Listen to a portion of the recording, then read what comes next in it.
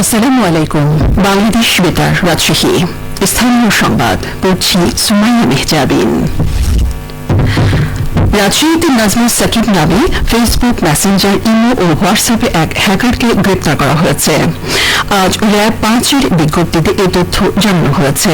RAB জানায়, গতকাল দুপুরে রাজশাহী মহানগরী রাজপাড়া এলাকায় র্যাব 5-এর একটি দল অভিযান চালিয়ে তাকে গ্রেপ্তার করে। নাজমুল সাকিব একটি সাইবার অপরাধ চক্রের সদস্য।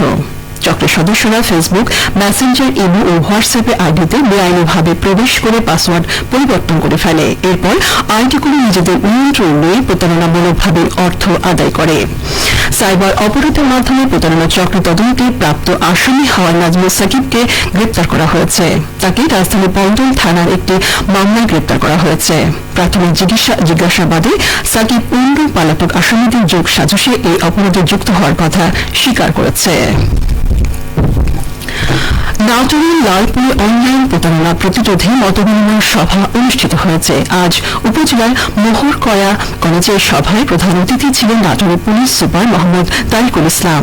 সভায় সভাপতিত্ব করেন কলেজের অধ্যক্ষ ড মোহাম্মদ ইসমত হোসেন।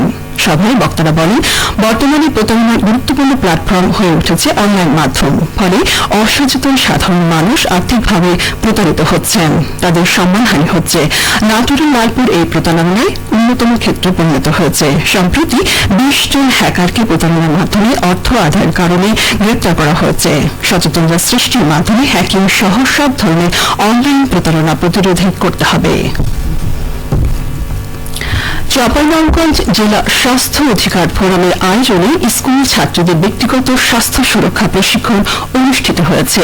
আজ সদর উপজেলার আলীনগর উচ্চ বিদ্যালয়ে ছাত্রীদের নিয়ে এই প্রশিক্ষণ অনুষ্ঠিত হয়। এই সময় সচেতনতামূলক সেশন পরিচালনা করেন চাঁপাইনবাবগঞ্জ সদর উপজেলা medical officer doctor Hasna Roushan. তিনি বয়সন্ধিকালে স্বাস্থ্যের সংজ্ঞা ও গুরুত্ব, শারীরিক ও মানসিক পরিবর্তন, নিরাপদ ও স্বাস্থ্যকর খাবার, যৌন সংক্রমণ রোগ ও প্রতিরোধ, ব্যক্তিগত স্বাস্থ্যবিধি ও পরিচ্ছন্নতা, স্থানীয় স্বাস্থ্যকেন্দ্রের ভূমিকা ও সুবিধার সময় বিস্তারিত আলোচনা করেন। অনুষ্ঠানে আলীনগর উচ্চ বিদ্যালয় প্রধান শিক্ষক এতাহার আলী, প্রয়াসের সর্বকনিষ্ঠ সহকারী পরিচালক ফারুক আহমেদ সহ আরও অনেকে উপস্থিত ছিলেন। বাংলাদেশ হেলথ ওয়াচ ও প্রয়াস মানবিক উন্নয়ন সোসাইটির সহযোগিতায় চাঁপাইনবাবগঞ্জ জেলা স্বাস্থ্য অধিকার ফোরাম এই সেশনের আয়োজন করে।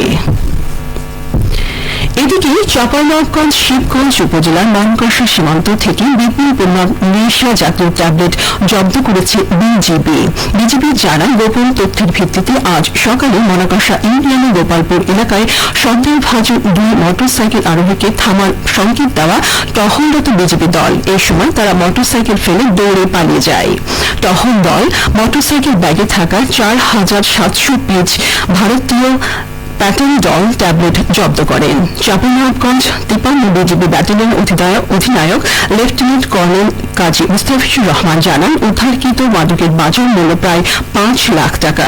এগুলো ব্যথানাশক ওষুধ হলে বর্তমানে এটি নেশাজাত ট্যাবলেট হিসেবে ব্যাপক ব্যবহৃত হচ্ছে। এই ঘটনায় শিবগঞ্জ থানা মামলা দায়ের নিয়ন্ত্রণাধীন রয়েছে।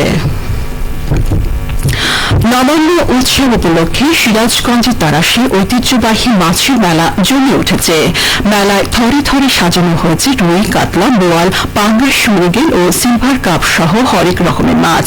আজ উপজেলার দেউলা বাজারে নবান্ন উৎসব ঘিরে বসেছে এই ঐতিহ্যবাহী মাছের মেলা। মেলায় আমদানি হয়েছে 1 কেজি থেকে 25 কেজি ওজনের নানা জাতের মাছ। জমজমাটে মেলায় আসা নানা বয়সী মানুষ উৎসাহ নিয়ে দূরে দূরে ঘুরে মাছ দেখছেন। কেউ বা দরদাম করে স্বাদ ও সাধ্যের মধ্যে সমন্বয় করে কিনেছে মাছের পছন্দের মাছটি। মেলায় উপজেলা বিভিন্ন গ্রাম থেকে পুকুরে চাষ করা হয়েছে কয়েক হাজার মন। এদিকে নবান্ন উৎসব উদযাপন উপলক্ষে প্রায় প্রতিটি বাড়িতে বিয়ে, জামা সহ স্বজনদের দাওয়াত করা হয়েছে। আর তাদের আপ্যায়ন করতে মাছ কিনতে এলাকায় বিভিন্ন শ্রেণী পেশার মানুষ মেলায় ভিড় জমান। আশেপাশে প্রায় 30 গ্রামের মানুষ একদিনের এই মাছের মেলায় আসেন বড় আকারের মাছ কিনতে।